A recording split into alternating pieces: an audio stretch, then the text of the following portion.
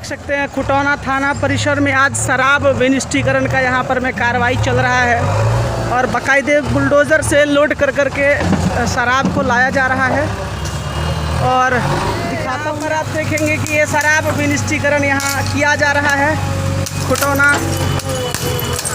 थाना परिसर में जितना भी जब्त शराब है उसको, और SHO यहाँ पर खुद हैं धनंजय कुमार खुटौना थाना के, जो कि पूरा का पूरा शराब विनिष्टीकरण यहाँ पर भयानक बदबू यहाँ पर में आ रहा है। यहाँ पर में शराब विनिष्टीकरण यहाँ पर हो रहा है। आप देख सकते हैं खुटौना थाना में जितना भी अवैध शराब पकड़ा गया है यहाँ के SHO के द्वारा, उसको आज विनिष्टीकरण किया जा रहा है।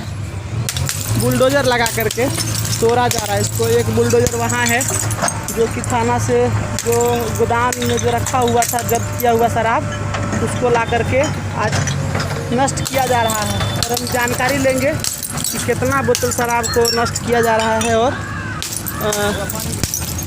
क्या है पूरा ये। आइए जानकारी लेते हैं। फिलहाल आप देख सकते हैं ये थाना, ये यहाँ पर पूरा बुलडोज़र का वो लगा करके इस पर पटक के बोतल को तोड़ा जा रहा है। ये लगातार विनिष्टीकरण का काम यहाँ पर।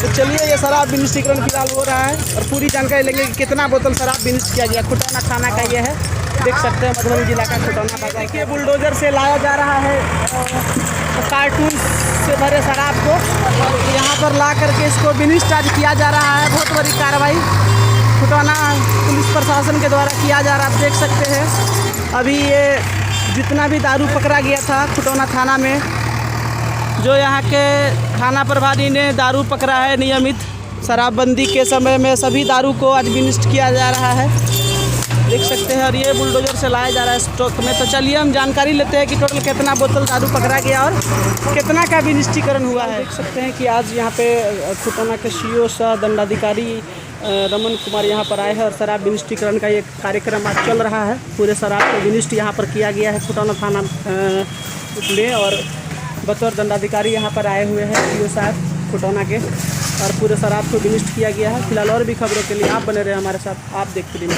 जय हिंद, जय भारत।